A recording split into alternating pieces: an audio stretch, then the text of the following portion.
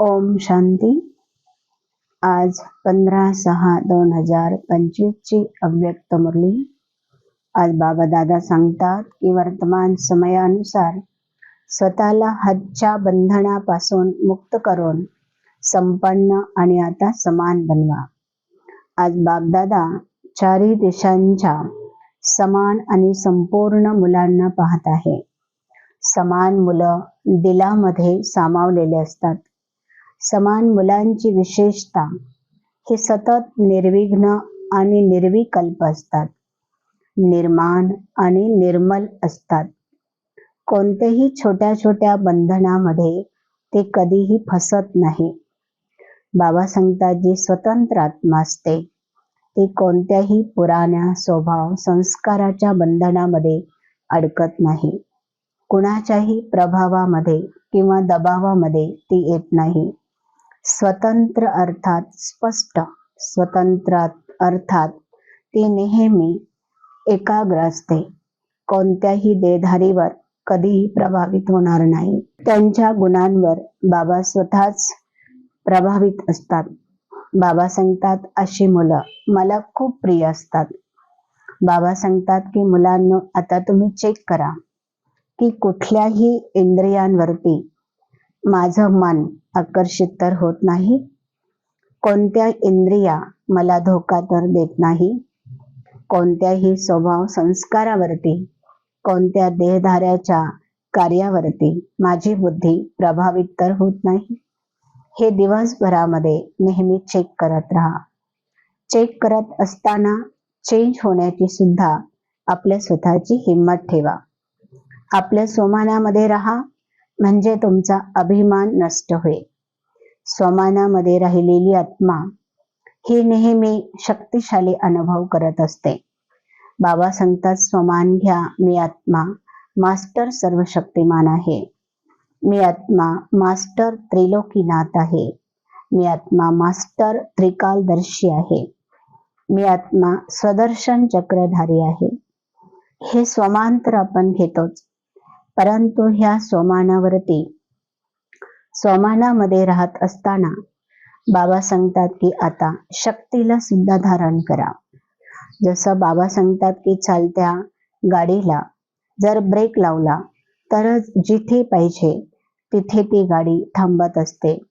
त्याचप्रमाणे स्वमान आपल्या मनाला थांबविण्याचे, रोखविण्याचे काम करते.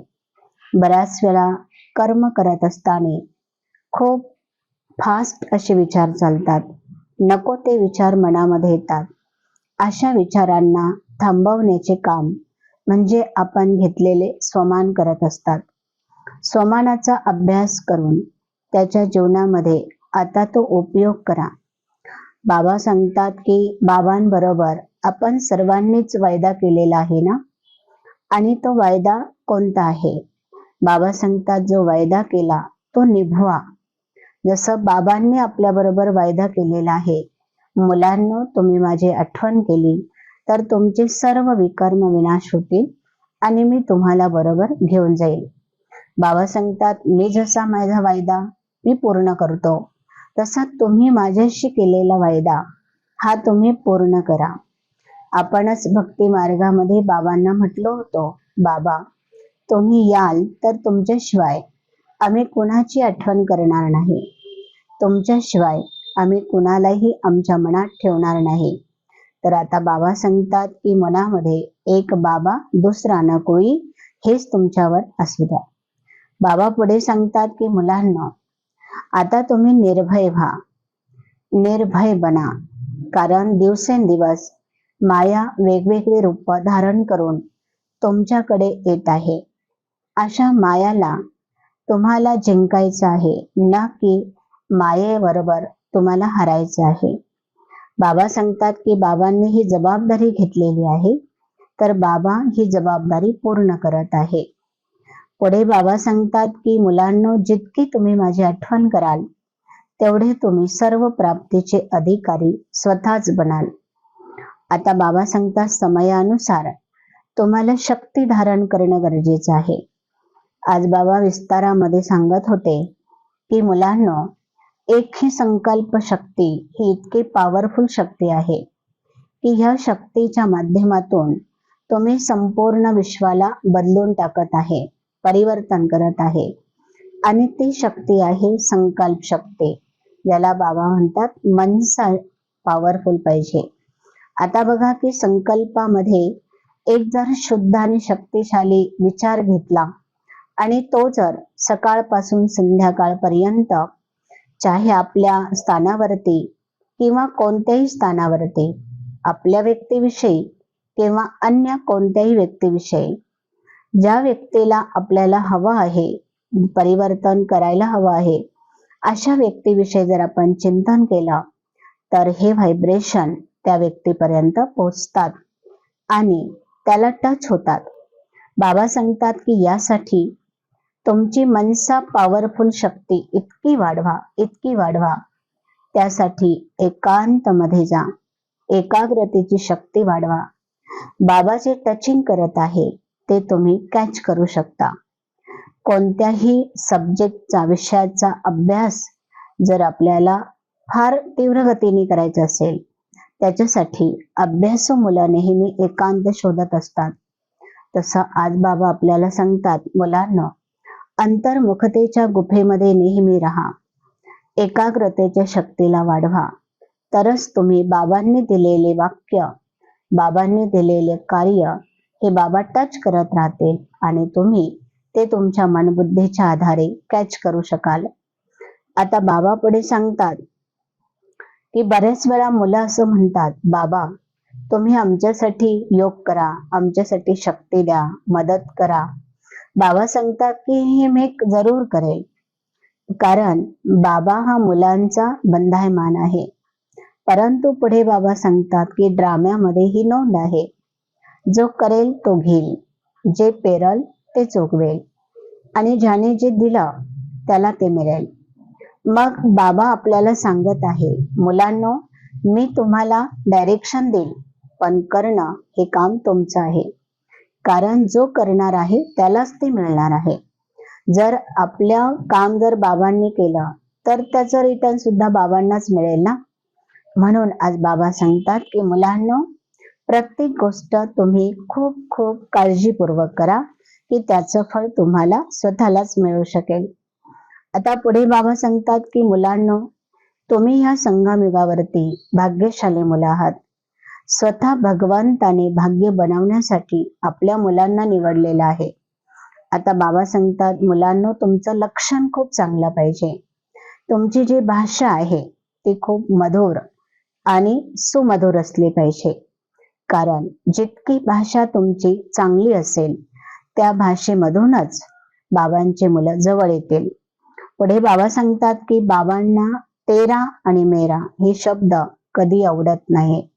बाबा सांगतात, जे माझं आहे ते तुझं आणि जे तुझं आहे ते माझं. बाबांवर जर सर्व अधिकार ठेवलेला आहे तर बाबा सांगतात, जे तुमचं आहे ते माझं आहे असं समजा, म्हणजे सर्व बाबांचं आहे असं समजा. आता बाबा सांगतात की वेळ तर खूप कमी राहिलेली आहे, म्हणून आता तुम्ही वेळेची वाट बघू नका, तर वेळेच्या अगोदर तुम्ही तयार व्हा आणि वेळेला तुम्ही सांगा की हो आम्ही एकदम तयार आहोत, रेडी आहोत. नाहीतर वेळ आपला पुढे जाऊन शिक्षक बनू शकतो. आपल्याला वेळेला शिक्षक बनवायचं नाही, कारण आपण सर्वजण शिक्षक आहोत. बाबा आपला परम शिक्षक आहे. परम शिक्षकांनी सांगितलेलं जर स्टुडंटने, विद्यार्थ्यांनी त्याच वेळात जर केलं तर वेळ कधीही आपला शिक्षक बनणार नाही. पुढे बाबा सांगतात की मुलांनो, आता वेळेच्या अगोदर तयार होण्यासाठी बाबा सांगतात की तुम्ही विश्वाच्या स्टेजवर आहात आणि विश्वाच्या स्टेजवर असलेले मुलं हे विश्व कल्याणकारी बाबांची मुलं आहे, हे जगाला प्रत्यक्ष करणारे आहे. बाबा विश्वामध्ये प्रख्यात आहे, तर बाबांची मुलं पण विश्वामध्ये प्रख्यात असली पाहिजे. हे तेव्हाच होतील जेव्हा बाबांच्या समान आणि मुलं जवळ असतील. बाबा आता सांगतात की मुलांनो, सदा तुम्ही श्रेष्ठ सेवेचे वेगवेगळे प्लॅन करा, नवीन नवीन युक्त्या करा आणि तुम्ही मनसा सेवाद्वारा आता जगामध्ये सहज आणि श्रेष्ठ सेवा करू शकाल अशी धारणा करा.